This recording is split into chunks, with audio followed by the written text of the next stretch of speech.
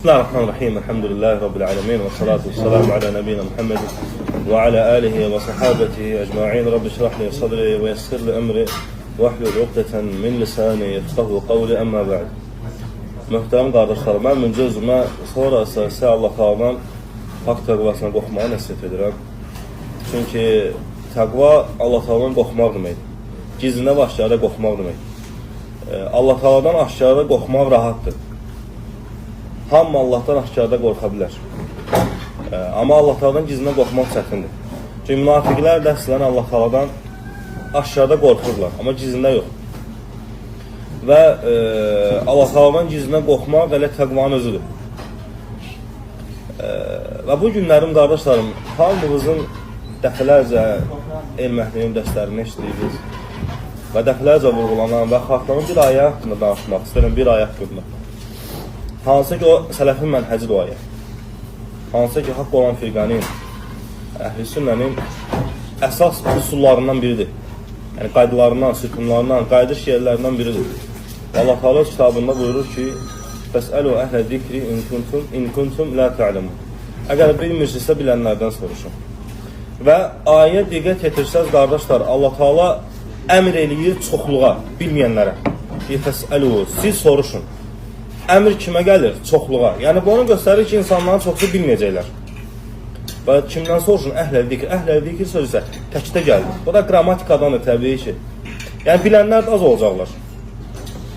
Bilməyənlərin çox olması və bilənlərin az olması həmişə olub.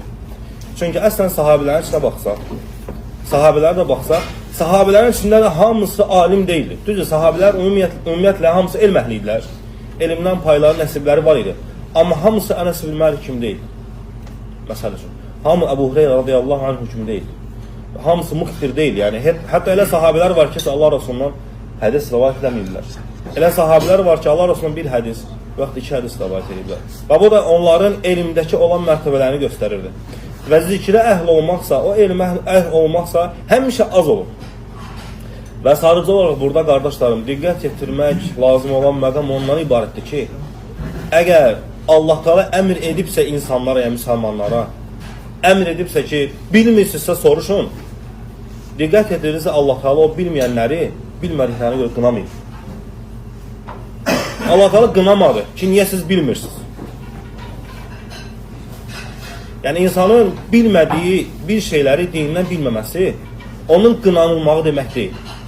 O insan qınanıla bilməz. İnsan bilmirsə bəzi şeyləri. Amma sadəcə qınanılan şey nədir? Soruşmamaq qınanılan şey. İnsanın bilmədiklərinə qayıtmaması, öyrənməməsidir. Çünki bir müsəlman bilməlidir ki, Rəbbinə nə qədər elmlə ibadət eləsə, ibadətlərinin qəbul olunmasına səbəb olacaq. Çünki nə qədər elmsiz, Rəbbi düzgün tanımadan, Allah Teala'ya olan ibadət çox güman ki, batildir. Çox güman ki, batil və əbəs yeri olacaq. Hörümçənin yuvası kim olacaq? Çünki əsas yoxdur ibadətin üzərində. Məsələn, eşidirsiniz, deyirlər ki, Allah rəhimlidir, mərhəmətlidir, bağışlayandır, biz də günahkarı, Allah bizi bağışlayacaq. Məsələn, müsəlmanlar ibadət eləyənlər deyirlər bu sözləri. Bəli, Allah Teala rəhimlidir, Allah Teala bağışlayandır, Allah əfv eləyəndir. Amma sənin bildiyin kimi yox. Allah Teala sənin bildiyi kimi əvvəldir. Allah Teala sənin bildiyi kimi əfv eləyən, bağışlayan deyil axı. Sənin dediyin kimi olsaydı cənnətdən Adəm qovulmamalıydı axı. Adəm neynəmişdir?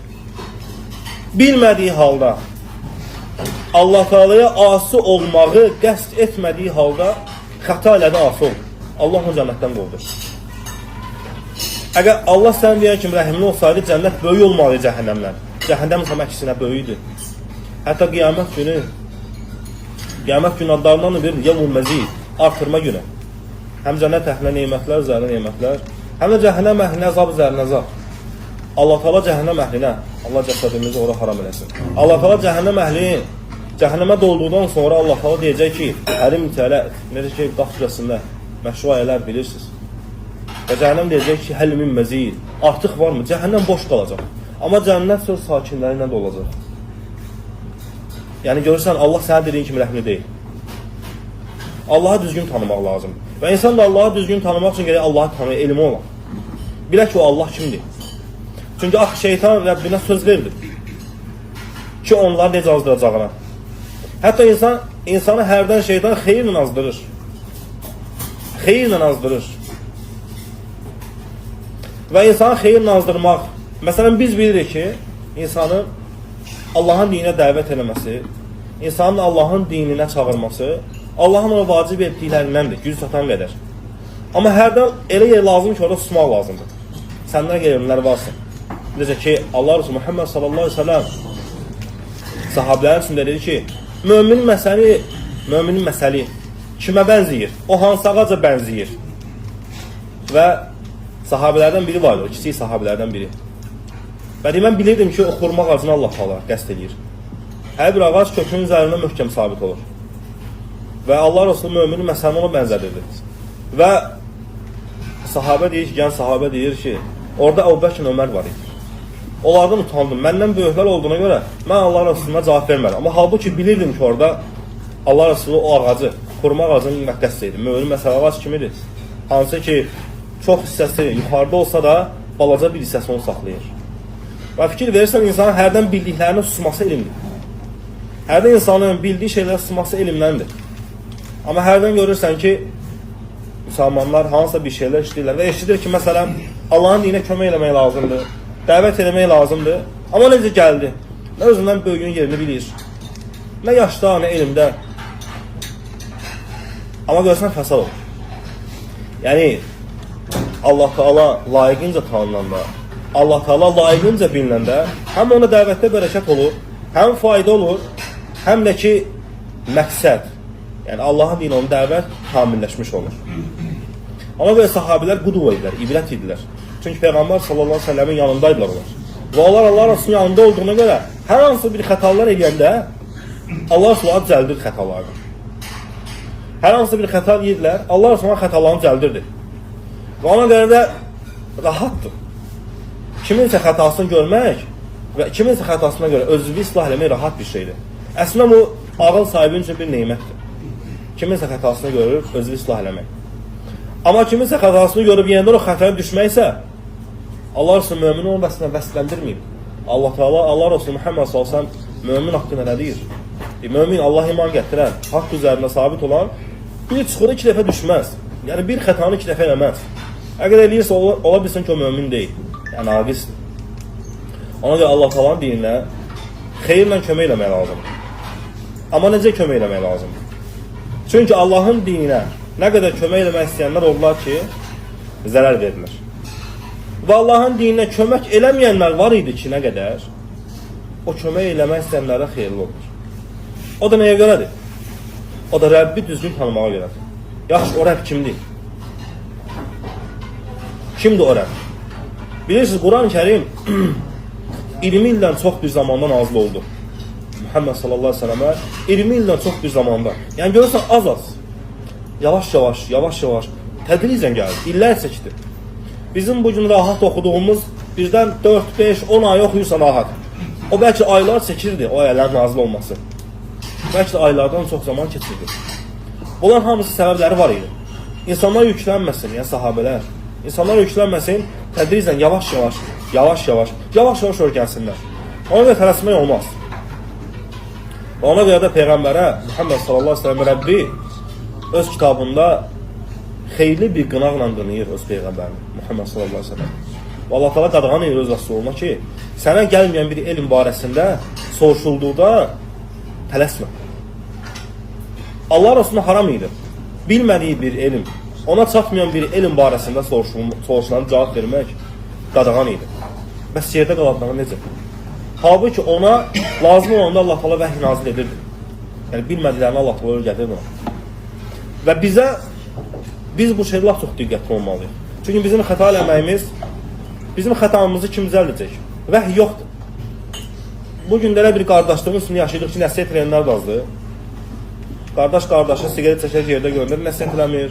Qardaş qardaşı istilası görünür, nəsihət eləmir.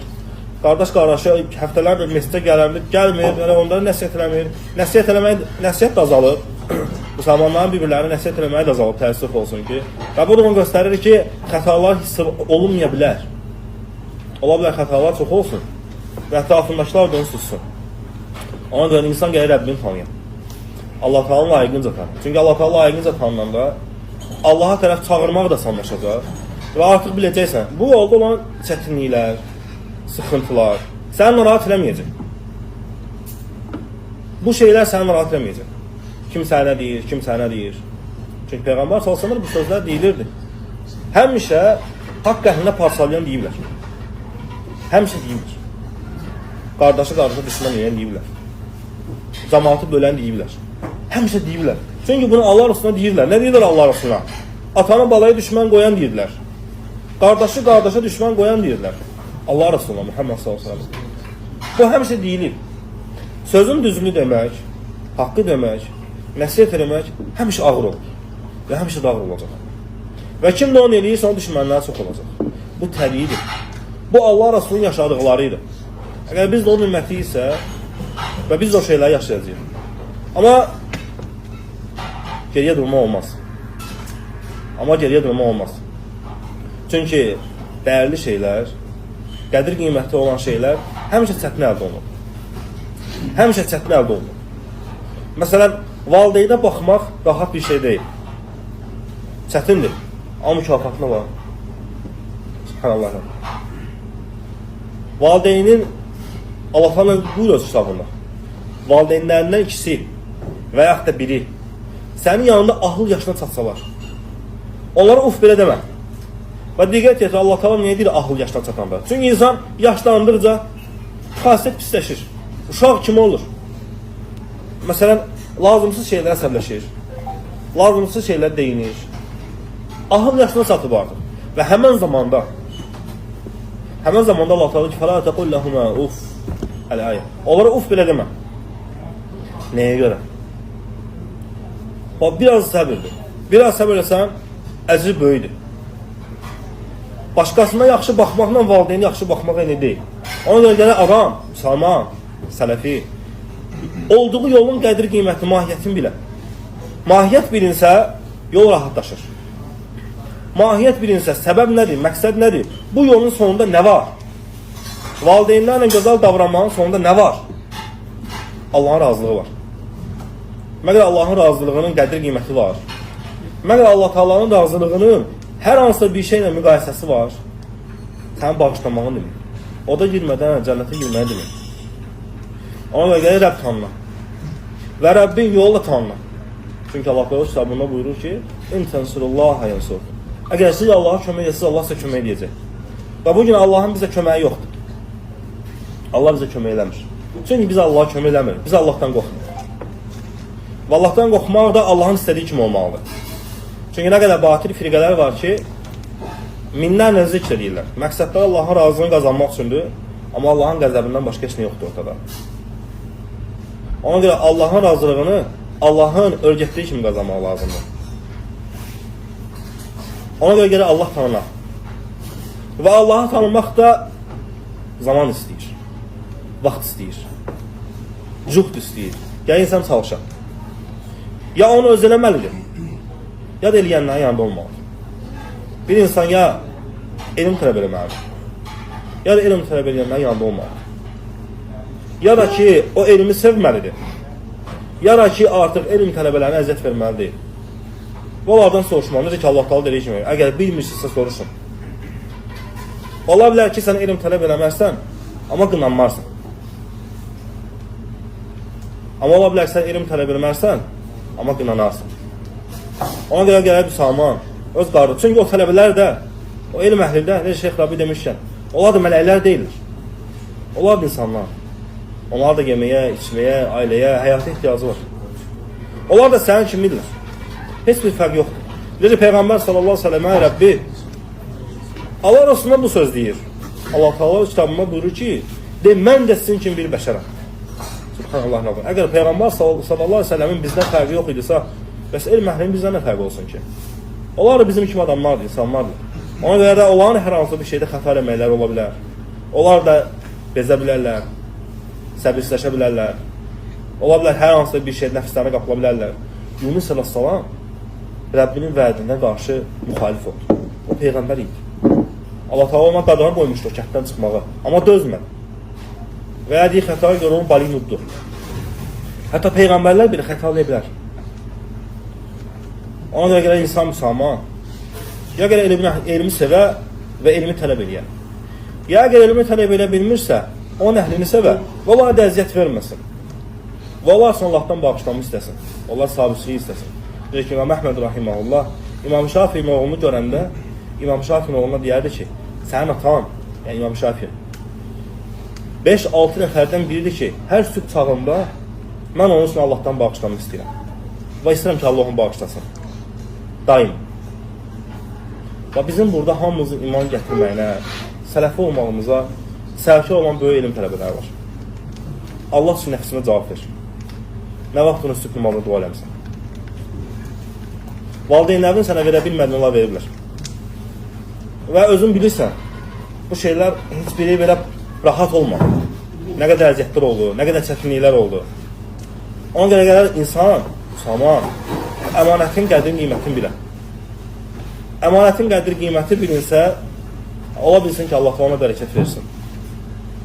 Və Allah da sənə bərəkət versə, sənə dəvətlərə bərəkət verər. Salam. Ona görə qardaşlarım, yəni bu kiçik bir xatırlatmaydı. Ən birinci özümə təbii ki, Allah bizi elmi sevənlərdən, onu tələb edənlərdən, onun əhlini sevənlərdən eləsin. Və o yükü, o əmanəti qardaşlarımız var hansı ki, elm tələb edirlər, oxuyurlar. Və Allah Taala'dan istəyirəm ki, Allah bizə güc qüvvət versin ki, onlar kömək olaq.